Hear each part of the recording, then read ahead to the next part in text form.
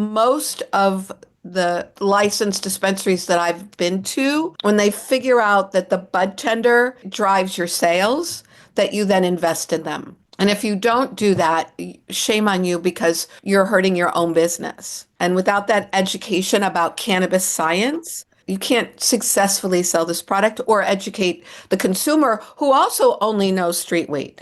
Right. And are terrified of it, most of them. Right.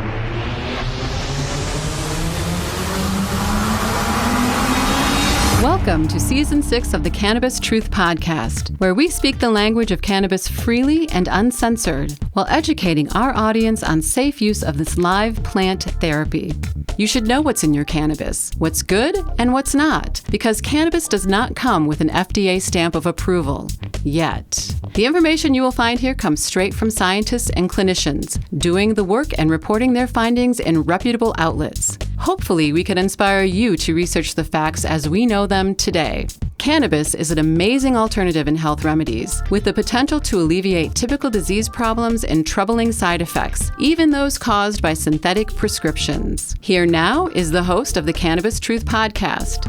She is a 21st century cannabis shaman, not a doctor, not a scientist. Raised by nuns and wolves in the verdant cattle pastures of the Oklahoma oil fields, here to amplify the truth of this great big story of cannabis in historical, political, scientific, and spiritual terms, so you can make educated decisions about the medicine you choose to ingest.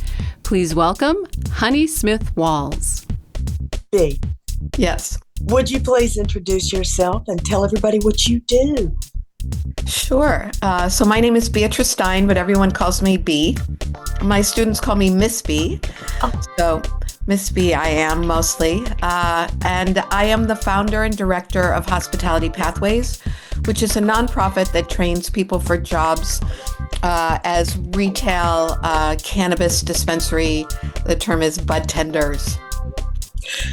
And we combine hospitality knowledge and cannabis knowledge, hospitality skills and knowledge and cannabis knowledge, and create amazing workforce for retail cannabis. Miss B.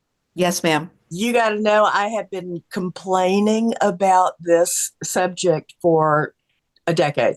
Yep. And, you know, ever since it came to Florida medicinally only, we still, and I thank my lucky stars I had that experience. Right. Because when I moved up to Michigan, where it's a free-for-all in recreational, Right. it was real obvious how the budtenders had been trained in Florida and how they are not trained up here in Michigan. Right. Yeah. So I am so thrilled to hear that you are trying to tackle this issue. We've got, audience, let me explain to you. We've got so many young people coming into sales of a product that has been taboo for 100 years to our society globally. And now they're trying to tell you that depending on where you are and who you're buying from, now these bud tenders are trying to explain to you what you're there for. Yeah.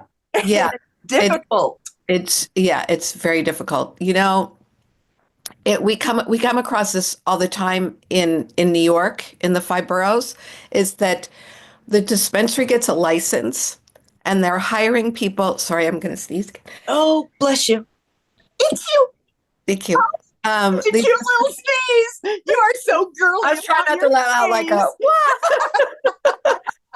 what? So dispensary gets, boroughs. So dispensary gets a license, and they're like they want people, number one, that they can trust, because it's a highly regulated and so they're anxious about hiring out people they don't know. Yeah. They're hiring friends, family, people that know them or reach out to them or whatever. Right. And what's happening is they don't know anything about cannabis, because And this is what we talk about all the time in our class. When you come to class, you know weed. Weed is street weed. The way we define it is weed is street weed. What Yep. you know from street weed is going to the plug, getting your whatever he's got, smelling it, saying, I'll take it. Boom, you're gone. We're done, right? Yeah, exactly. Okay. What you learn in our class is cannabis is science. So you don't know shit about cannabis. You know only about weed and street weed. So when the owners of these dispensaries hire people that they know and like and trust and they feel comfortable with, they're hiring people who only know about a street related product and they don't know about the science of cannabis and what that means. And once you learn that, it opens up as you and I both know, a huge learning curve, right? And a huge awareness of what this product can do beyond just getting you high. Yeah. And I think most of the licensed dispensaries that I've been to, when they figure out that the bud tender is like it drives your sales, that you then invest in them.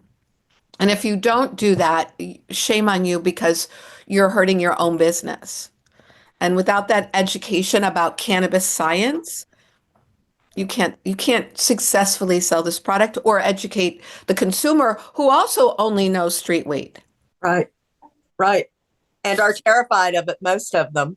Right. And so I get why the dispensaries hire who they hire because they want to there's a lot of product and a lot of safety and whatnot, and they're trying to start with people that they know and love and that they trust. But I never considered that as the reason, but yeah, it makes perfect sense, doesn't it? It does. They've worked hard to get that license. They want their friends and family and people that they trust with the product, that they don't have to worry about, like a stranger. We all know how regulated it is in every state. And so I think, there's this disconnect between realizing it's a business that they need educated and experienced sales staff, as opposed to friends and family that they can trust, because they're lacking the sales, the ability to build that customer loyalty and sales. Right. And there is a real professional disconnect when you've got family and friends that you've hired. Yes. And so that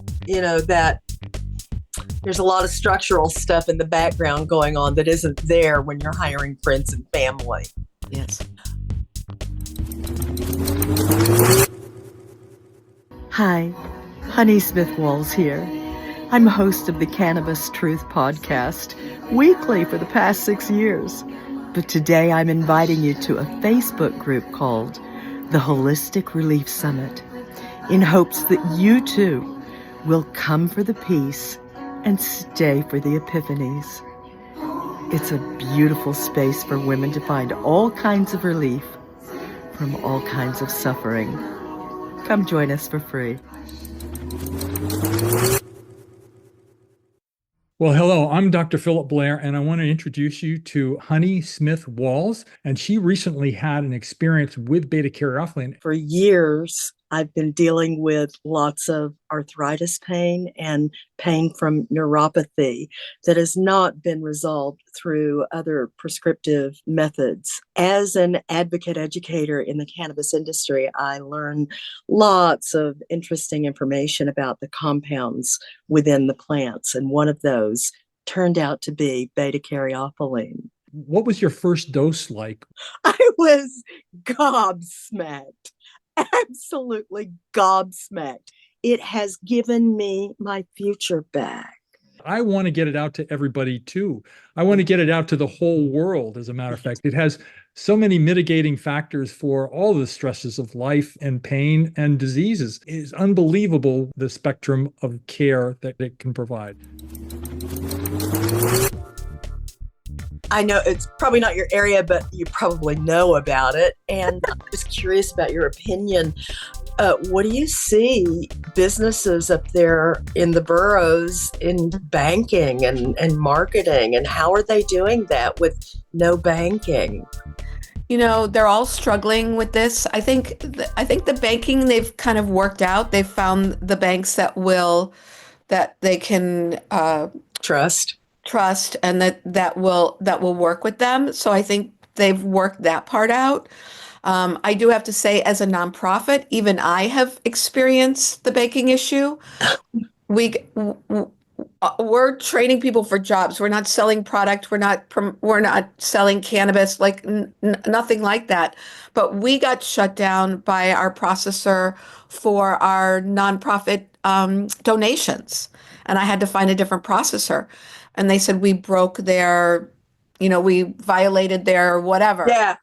Their code of ethics. Their standards or whatever. Yeah. I was like, we're a nonprofit. What, we're training people. It's workforce development. What kind of standards do you have here? Right. So I do understand the frustration of that. I think I don't hear any more issues with that at least in the 5 boroughs.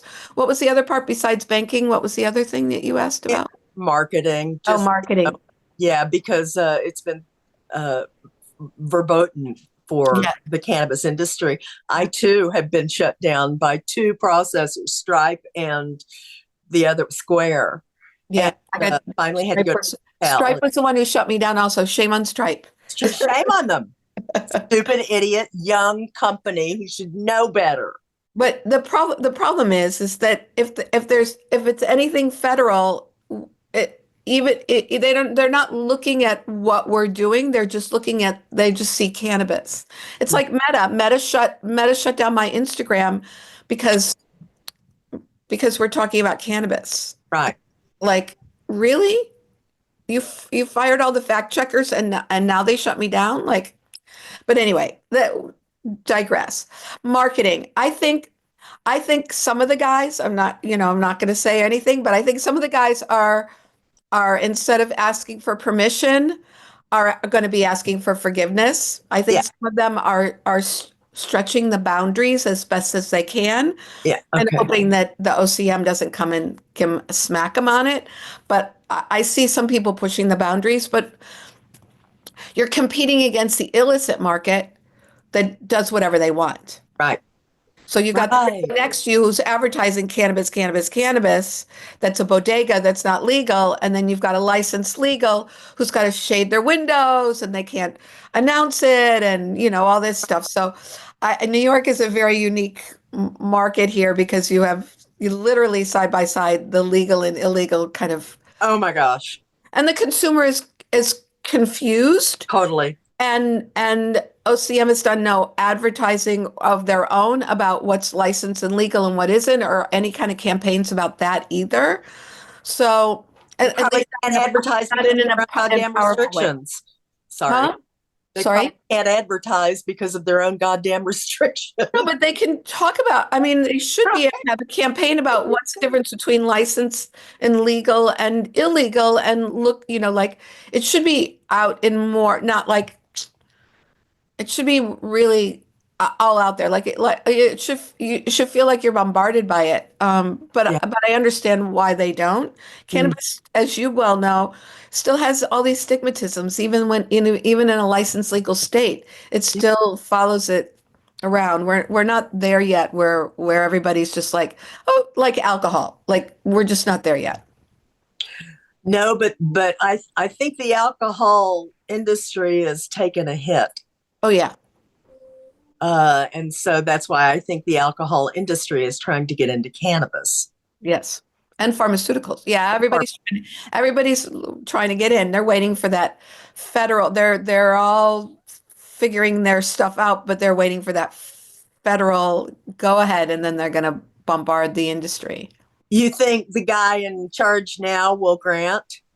There is mixed sort of conversations going on. I try to keep up, but I don't keep up that well. But I don't either. There's some mixed.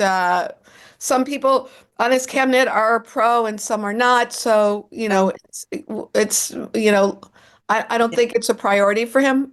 I think if he feels he can profit from it, he might then do something about, do something.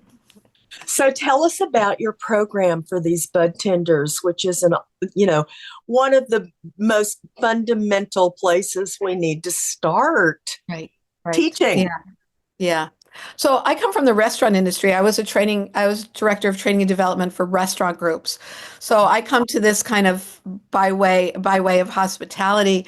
And the same skill set you need to be successful in retail cannabis is the same skill set that you have as a server or bartender in a restaurant. You drive sales. Those positions drive the sales. So what we do, the program is a 4-week program. It runs Monday through Friday from 9 a.m. to 2 p.m. every day. So it's about 90 plus hours of training. And they get 2 certifications. One certification is from Green Flower. It's called a retail associate. Love them. Love Green Flower. They're great. And these are 12 modules that take them through endocannabinoid system, terpenes, cannabinoids, different methods of consumption, onset, duration, all flower, all of this. So there's 12 modules. They get a certification from Green Flower. And then the second certification they get is from Sell Smart, which is responsible vendor. So they're learning the New York state regulations, plus how to card and make sure everybody's 21 and legal. Yeah.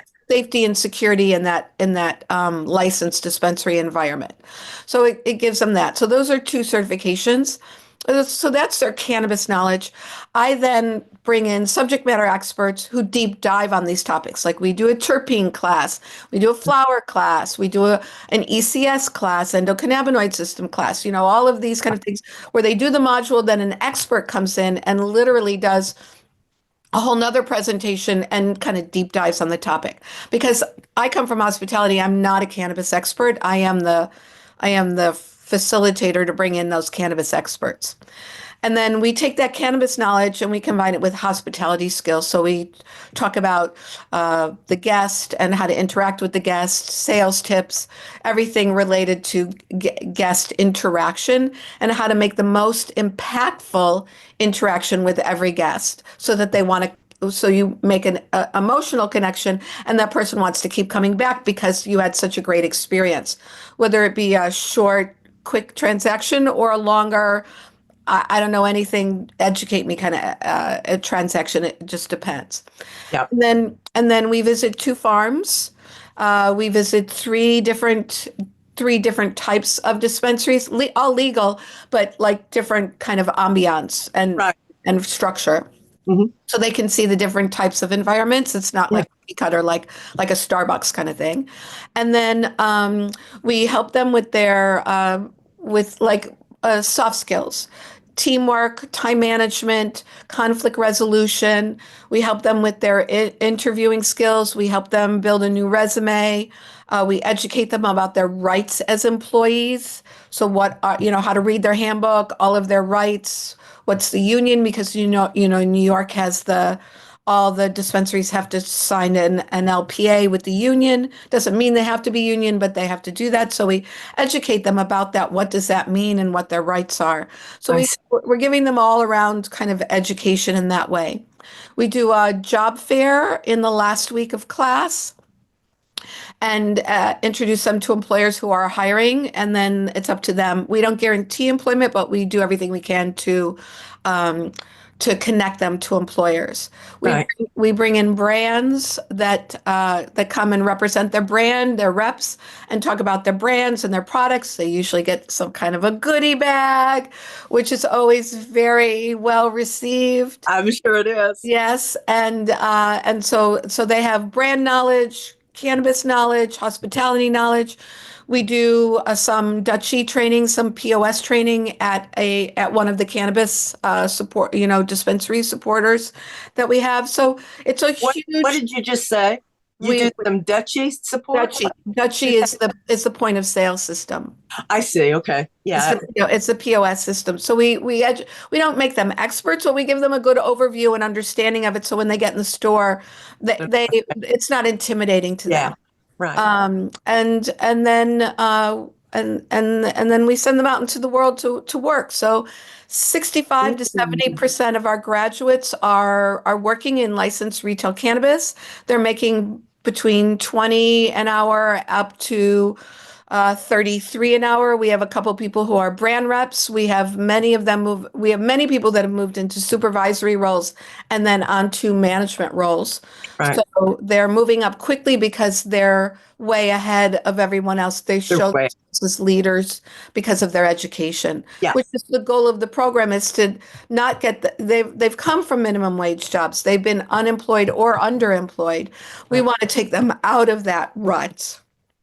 Yes. Kind of that hamster wheel where you keep taking a job you hate, but you need the money and you're doing it, and then you move on, your Taco Bell, Victoria's Secret, whatever it is, kind of jobs, right? To get them out of that and up and help educate them and lift them up and their families, right? Yeah. So we what's unique about us, we are people all in New York talk about social equity. But we are truly social equity. If you can say social equity, but if you don't give people what they need, you're not really social. You're just saying social equity. So we pay our students a stipend of $200 a week. So over the 4 weeks, they get $800. We give them a weekly unlimited Metro card, which lets them get on and off subway and buses with no cost for every week. So for 4 weeks. And then we give them a meal every day. So we've taken away the stresses of life so they can focus on the education. They don't have to worry how they're going to get to and from class. They don't have to worry about where will I eat, how will I eat, can I afford to eat in this neighborhood kind of thing. And then we give them the $200, which I tell them, listen, it's huge.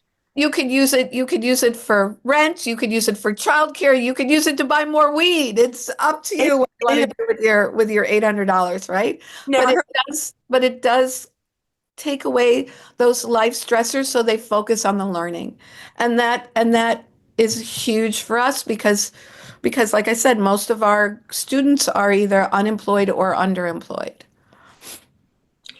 I'm just flabbergasted. This is really such an amazing project, and I'm so proud that you're leading in this way.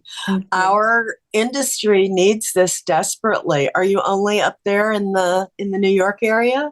Only in the New York area, and I got to tell you, it's a struggle. I would love to be bigger than I am, but it is a struggle for funding, as you can imagine. I'm sure. Every grant I've gone for is no. I have 2 very loyal supporters, and the rest is literally I piecemeal every class together. I don't have enough funding to go plan a year. I have to get the funding. I have to find and beg, borrow, and steal to get the funding to be able to then schedule a class. So I've been able to do 3 classes a year for the first class was November of 22. That was before any dispensaries had opened. We were way ahead of the curve. And then in 23 and 24, we did 3 classes each. And this year, right now, we've just finished our first class of the year, and we're gearing up for our second class in June. May I understand, if you wish to say, what that kind of funding looks like? I have no idea what the amount is of funding that you would need. Right. So for the year, it's about $400K. We're nowhere near that. Nowhere near that. And that includes all-in costs, the student costs, everything. It is about, it's $400K for the year. Okay. So I'm glad to know that. And we're going to start looking for angels for you, because this is a needed program that should be expanded across all states and around the world. Yeah. The globe needs intelligent salespeople at the counter who can talk about this plant, specific to what these patients who are coming for relief can find. And everybody's different. So the terps that decide you're right are important to understand. Yes. The being able to see an older, decrepit human being walk in, with a walker dragging a cannula of air behind them, Right. and going and getting them a bench or a chair to sit on while they're being waited on. Yes. Turning the music down for these elders, having a spot for them where it's not so confusing and these crazy menus and these crazy products that are named, pink pussy and unicorn poop, and it's just so maddening to me. I'm frustrated. I go in and I can't tell anything from anything except these great big jars that they pop the lid off and shove it under my nose for me to smell everybody else's backflushed, bacterialized cannabis in a jar. Right. Ew. Yeah. I need to be able to focus on what my needs are and to get that done, but I can't see anything for all the chaos going at the dispensary in front of me. Yes. Yeah. Yeah. I mean, there's so much product now and so many, like in New York, there's so much variety and all these different categories. And I think the consumer who, again, comes from that street weed market, only understands flower. Right. And the biggest demographic of people entering legal weed are people over the age of 50. Yeah, trying to find an alternative to all their pharmaceuticals and to a better quality of life. And so I'm 70 years old. We talk about this in classes, the different age groups and how to kind of handle situations with the elderly as opposed to like someone coming in and saying, I just want to get high AF, right? When I was 14 years old and smoking my first doobie and enjoying the euphoria of it, my body was perfect. I didn't have an ache, an ailment, a break, a nothing. No inflammation inside or nothing. Right. And then I used cannabis recreationally for years, and then I quit because of my circumstances and didn't use it again for 40 years. Right. When I went back to it, I was a mature woman with mature elderly issues going on. Arthritis, neuropathy, thyroid, high blood pressure, typical shit that we all live through. Right. And I figured out that cannabis could help me, but I didn't know why. Mm-hmm. And I knew that it just getting high wasn't the relief. It really my body really felt better. It wasn't just up here. Right. It was the relief. And once my body got used to what I was smoking, a couple of sips at a time, I wouldn't get high anymore. I'd just feel the relief. Right. I had to know why. Right. And so that led into, the last decade of understanding cannabis for me, going through some of those same courses that you offer your students now. That's why I'm so pleased to hear that, Green Flower and all those guys, Simon and all those guys is wonderful. Mm-hmm. And, but they don't really teach about helping elders. They don't really teach the social side of, sales to elderly patients. And like you said, that's the biggest number of people who are coming into cannabis because they're hearing how gentle it is on their system. Right. Well, they're focused on cannabis education, where really the guest interaction is really, really hospitality. Yes. That's right. For me, I see the difference. Yeah, I do. It'd be like a wine connoisseur, right? Being able to talk about wine and things like that, but not necessarily how to serve the wine, like how to,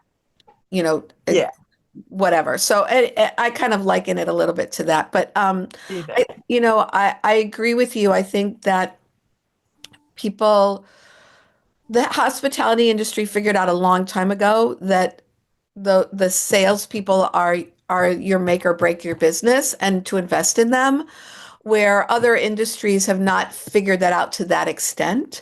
Yeah. And so, because in the hospitality industry, we educate people about food, about wine, about beer, about cocktails, about all this stuff. We're educating so that when you get in front of a guest, you are a smart, educated, expert making sales, which is the same philosophy I put now to this program and this, taking the cannabis knowledge and adding the hospitality aspect. So when the industry figures that out, I mean, I have pitched a few conventions, cannabis is the new hospitality sector, but haven't gotten much there yet, but maybe somebody will take me up on that so I can talk about it in a wider audience. But for right now, here we are. There's my voice. Yes, and I'm really glad to hear and to help deliver this message too, because education is key to everything, and that and it's going to make such a difference in our society once we get more people educated about cannabis. Absolutely. Yeah. So. Yeah. Oh, B, it is so wonderful to chat with you. How can the audience and especially the angels find you? We have a website. It's hospitalitypathways.org. So please check us out there. You can sign up for our newsletter and see about that. Follow us on Instagram. Our newest Instagram is now Pathways to Hospitality. And follow us there. You can follow me on LinkedIn, Beatrice Stein. And any of those ways. You can, on the website, there's a big donate button, so you can donate that way. You can reach out to me directly if you want to talk to me about big funding. We are open to talk to anyone, anytime about funding and support. Like I said, I struggle for every class. I bet you do. And we're going to see if we can't help that struggle a lot. So I'd love to invite you to come collaborate with me and do, some interviews in some other spaces. And let's see if we can't get, who is it? Mr. D'Angelo to notice. He's on LinkedIn. And it's not Stephen, is it? Is it Stephen D'Angelo or the other brother out there? Well, we're going to find those angels and we're going to get some help. Yeah. Okay. If we have to go to the Belushis to do it, we're going to find some help for you. So I'm so grateful that you made it to the Cannabis Truth Podcast. Thank you for having me. It's been such a pleasure to talk to you. Good. Thanks. Well, we'll be together again. And thank you again for coming. And, that's it for us today, everybody. We'll see you next time. Stay tuned for more on the Cannabis Truth Podcast. Thanks so much, B.